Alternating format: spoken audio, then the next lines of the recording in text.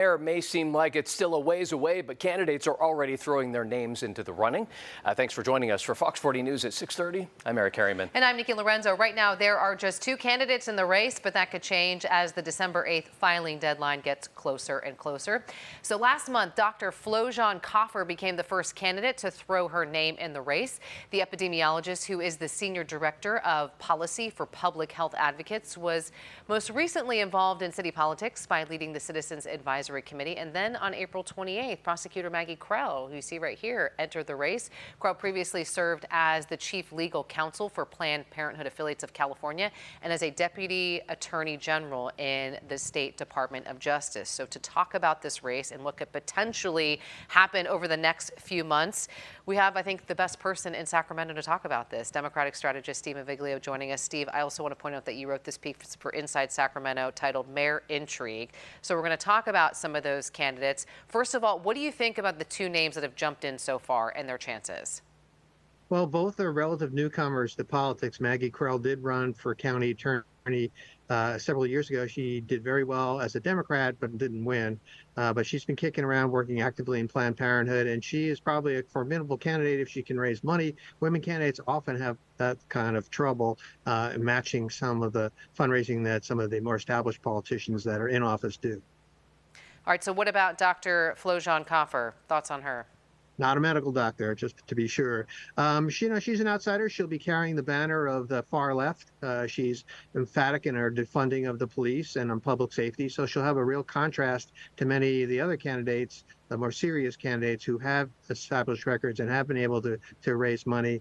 But she brings a different perspective to the race, not one I'm sure that is very popular, but she'll have a venue to expose her views. Okay, so let's talk about some of the other candidates that you sized up in this piece. And if folks that are watching this right now haven't read your piece, they should do so because it's a good profile on what can happen. We're going to talk about some of it here. But names that you threw out there, Phil Cerna, Jeff Harris, Steve Hansen, Dr. Richard Pan, Kevin McCarty, current assembly member here in Sacramento. Is it in terms of timing, and we reported this a couple of weeks ago when Dr. Flowjon Coffer jumped in the race, and there was some discussion in my newsroom. What is Darrell Steinberg going to do? I mean, he said after Strong Mayor failed that he was done. And so I called him and I said, what are your plans? And he's like, well, there was a discussion about maybe him being up for the judgeship, but he said, I feel like I have some unfinished business, but I'm still deciding. It's not a no just yet. I mean, is it late in the game that we don't have this pool of candidates? I mean, I know that we have until December, but is this kind of unusual? Well, we haven't had a real contest in Sacramento for mayor since 2008 when Kevin Johnson took on the incumbent mayor, Heather Fargo, and defeated her pretty handily. So these jobs don't come along too often. Frankly, I don't know why too many people want this job because it is a very weak mayor with not a lot of power. That said, we have a lot of big-name politicians who want to hold that banner. You listed some of them. Kevin McCarty, who's an assembly member, prolific fundraiser, has won his races by a lot. He was opposed to the arena building, but has since moved a little bit more to the center and done a lot on homelessness on the American River. Phil Cerna, great job as a supervisor, way more power, but his father was mayor. He sort of feels the need to run for this because he's not happy with the leadership of the city. And Darrell Steinberg, frankly, doesn't want to take his name out of the running yet because he wants to be relevant. And it's hard for a politician like Mayor Steinberg, who's been in office for 2 decades, whether it's the Assembly, the State Senate, the City Council, or here, to just bow out gracefully. We saw that with Senator Feinstein, and now we're seeing it here with Mayor Steinberg. In terms of this race, too, I feel like we're in this time now, and we're seeing this in big cities as well. I mean, we have national pieces on cable news right now highlighting San Francisco and, kind of weighing in on progressive policies and were they a good thing? And, we don't have that similar landscape here in Sacramento. But as you mentioned, the homeless crisis here, we're sort of seeing it kind of get out of control a little bit. That was Mayor Steinberg's big thing when he was coming into office. He was going to make homelessness one of his top priorities. But if you don't have a strong mayor, like you said, it's kind of a weak position. And if folks don't follow you on Twitter, I mean, the city council meeting last night was proof of that. I mean, it got out of control in public comment. And you always say, you know, city politics is the closest to the people. It was the very first beat that I covered when I got into local news was city council meetings.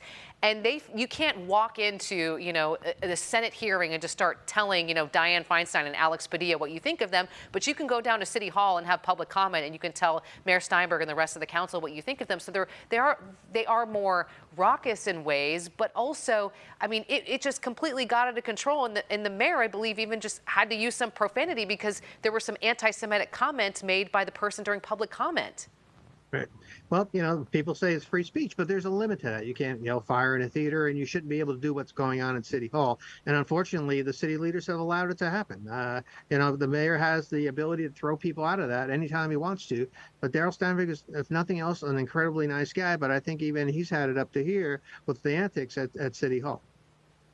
So what do you see happening here? Are there any other names that we haven't discussed on this list here that you could see that you're hearing could possibly jump in? The rumor mill is rampant. Papers don't have to be put until early December, though. Dr. Richard Penn, who was our state senator for a long time, he's out of office. The business community is urging him to run. They're very worried about the leftward drift of the city council and want somebody who's more responsive to the business community. I think you might see Jeff Harris, former city councilman, who did a lot on homelessness, who lost his seat through redistricting. He might enter the fold. Steve Hansen, former city council member from the downtown area, he might jump back in. And then I've heard some long shots like Uriah Faber, the gym owner here in Sacramento, who was a fighting champion, anti-vaxxer. He's been in the rumor mill about trying to step in. Rosanna Herber on the SMUD board. A lot of people exploring, putting their feelers out, seeing if they get endorsed, see if they can raise the money, because it's going to be a battle royale. What do you think the biggest issue is? Do you think it's the homelessness and kind of getting downtown Sacramento, the business community, kind of back on track? Far and away, homelessness and housing, public safety, which is almost all one issue now, will be the most contentious issue in this race. I think we're going to see a lot of these people that are Democrats, and a lot of them progressive Democrats, flipping over themselves to try to say that they want to do something and will have the ability to do something about homelessness. Darrell Steinberg said that. We know what's happened. Things have exploded. Millions of more money from the federal government to tackle it. The needle is going the other way rather than getting better. It's gotten worse. So, you know, these politicians that come and asking for our votes are going to have to be very creative with their approaches. And voters should head and ask and demand specifics about what they're going to do. So over the next, what do we have, like 6 months now until the filing deadline? And let's say we see some of the folks that you talked about all start to jump in, and at the 11th hour, Mayor Steinberg says, you know what, I'm not done yet. And we know the power of incumbency. Do you think that plays a role here? Well, yes and no. Sacramento's law says that you have to get 50% to avoid a runoff. I don't think Darrell Steinberg would be capable of doing that if 4, 5, 6 candidates enter the race. And then he'll have to face a runoff, and then it'll be problematic for him. But, you know, he's been a very successful politician. He has a deep reserve of support. You know, he's well-liked by labor. He's well-liked by the Democratic Party. But I think, you know, the earth has shifted, and I think he knows that. And, you know, the guy's been in office a long time. Maybe he wants to have a real life and doesn't want to go through those meetings anymore. I don't know. But, you know, he wants to get things done. I'm sure, and I know he's been very frustrated being mayor with his weak powers. You know, we know he tried to change that unsuccessfully, just as Kevin Johnson did. So I don't think he hangs around, but, you know, you never know. You mentioned the strong mayor, and I want to kind of finish with that, considering the public sentiment and wanting real change. And do you think that, okay, so it failed with Kevin Johnson, failed with Mayor Steinberg, but now we're, you know, in 2023, entering 2024, and you can put all the statistics out there. I know the city did, saying homeless numbers are actually on the decline, and same thing with crime. But if people don't feel safe, it doesn't matter what kind of data you show them, it's how you feel, and they vote with their hearts that way. Do you think that if a strong mayor initiative were to pop up again, that the public sentiment might change now? I think if it was on the ballot in 2024, it would have a better chance because there wouldn't be an incumbent mayor like Mayor Johnson or Mayor Steinberg trying to advocate for more power. A lot of voters have real trouble with politicians saying, give me more power, because they don't believe it. And, you know, almost every other major city in the state has a strong mayor system. Voters haven't been sold that it's a good thing, and they need to do a better job of packaging it to show what happens when you don't have a strong mayor. And they also need to show that it's not more power for a single individual, but it's a real change in government to make it work. All right, Steve Maviglio, Appreciate your insight. I know we still have some time before the the December filing date, but it'll be interesting to see all the folks that are potentially going to jump in, something that we're going to be talking about for a while. We appreciate your time.